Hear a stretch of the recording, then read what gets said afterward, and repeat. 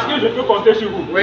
Alors, Après la mise en place du bureau des témoins d'Olivier du 10e arrondissement ce samedi 2 septembre 2023, le leader Edmond et ses pairs du directoire national ont posé leurs valises dans le premier arrondissement de Cotonou pour le même exercice de cette deuxième journée du mois de septembre. Je suis rempli de joie car cette mission qui consiste à parler d'Olivier, à mettre en place les différents bureaux des témoins d'Olivier Bocor dans le littoral poursuit son cours et avec beaucoup d'amour, beaucoup d'émotion, nous avons mis en place ce soir le bureau du premier arrondissement de Cotonou. Un bureau destiné à faire la majorité, d'après l'analyse du secrétaire exécutif. Je voudrais dire que ce soir, c'est la preuve de l'adhésion populaire à notre combat. Vous imaginez que nous avons prévu à 19h, les gens sont restés sur place jusqu'à 22h. Pas parce que nous sommes en train de distribuer de l'argent. C'est la preuve que les gens adhèrent et demandent la candidature de votre leader. Je voudrais ici ce soir féliciter ceux qui ont été installés, féliciter le coordinateur du premier arrondissement pour la réussite de la mobilisation, féliciter le délégué du littoral, féliciter tous les responsables témoins d'Olivier qui sont déplacés ici ce soir. Je vous remercie. Remerciements toujours, mais cette fois-ci accompagné de l'invite de la secrétaire nationale chargée de la structuration et de la sécurité. D'abord, à féliciter le délégué départemental du littoral pour son engagement, pour tout ce qu'il est en train de faire. Et je lui dis félicitations. À l'endroit du bureau qui vient d'être installé, je dis, c'est maintenant le tour du commence.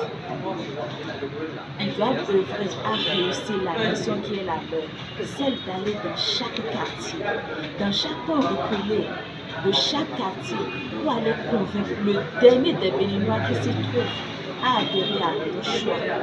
Ce choix est de susciter la candidature de notre leader, M. Olivier Bocor. Et je leur dis beaucoup de courage, de détermination, de dévotion pour réussir cette mission. Quant aux 29 nommés du jour, le processus d'atteinte des objectifs idoines est déjà enclenché. Je remercie le Seigneur pour la vie de nos leaders, pour le travail qu'ils opèrent, surtout dans le département du littoral et sur le territoire béninois. J'en suis fier et je prie que l'Éternel les accorde la force. Les défis nous sont lancés et j'y crois qu'avec la foi, la détermination et beaucoup de la persévérance, nous allons relever ces défis pour que notre leader, Olivier Bocor, puisse être élu président de la République en 2026. Quand j'accepte. Donc, les actions à mener, il y a un challenge qui est lancé.